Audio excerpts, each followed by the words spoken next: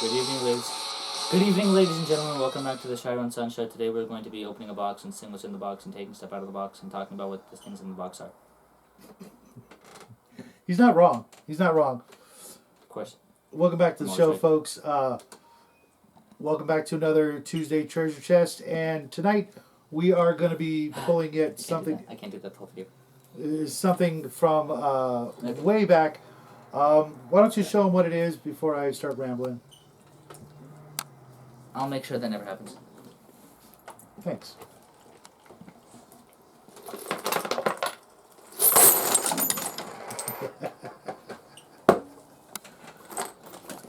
You see, I was correct as usual. This is a box, and there are things. That was a box. There were things in the box. There was a box in the box, and there are things in the box inside the box. It's right here. That's right. From 2000 even comes the Void Korvus Mech to go along with our Mecha May. Now, this one's still sealed, but I do have one that I recently assembled just to show off. I did a very original paint job with a lot of good stuff on it. I'm actually getting inspired from Brian over at Weird World War II. That's epic. He's epic. Yeah, he does a lot of the army green, so I pulled out the camo cloak from Army Painter Speed Paint, and I thought you'd never. And I just got started painting it. As a matter of fact, all the paint that you see on it, I did. 2 seconds. It's still wet. No, not that. About 2 hours ago, right before Bloodworth's game, yeah. I gave it a good coat. Did some edge highlighting and scratch marks and some oily steel from Vallejo. And I'm going to do a little bit more, but I want to actually get some decals to put some numbers and things like that on it.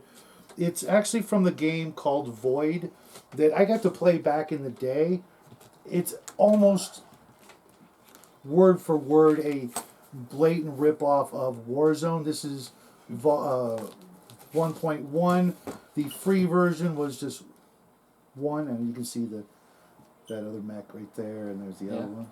And it was a lot of fun. It's still being played from what I can tell, and this is one of the Army books. And it, like I said, it was a one-for-one copy of Warzone. Yeah, which was it was a great system, and I enjoyed it. My friends enjoyed it. It didn't have a lot of armies to choose from. I think it only had 4 armies, really, including this one really weird reptilian army that had like this. Imagine like a Hydra, but instead of it only had 3 heads, but instead of there being heads, it had like 3 snake men. Let me see if I can find that. I think I'm thinking of the wrong. I thought Warzone was the Mutant Chronicles. It is. Then why are there lizards in it? That's since when were there lizards? I meant the rules per se were a 1-for-1. Oh, you mean this has lizards in it? Yes, this does. Yeah. Oh, I thought you meant that Warzone did. No. Since when were there since when was Mark Zuckerberg in Warzone?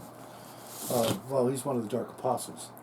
Oh, that makes sense. But let me see if I can find that for you real quick. But it was just the goofiest looking thing. But I actually have one still in my collection. That's kind of cool. Yep, but looks like Mark Zuckerberg. There you go, that. That is very weird. Is that goofy? Okay, folks, yes. You got to see this. This is just ridiculous. This guy right here. It's like a Hydra, but with instead of snake heads, it's got snake men heads. I don't know, but that was one of the armies that you could play, and I actually played this army. It was kind of fun. It had kind of a warp stone quality to the game, but all in all, it was just.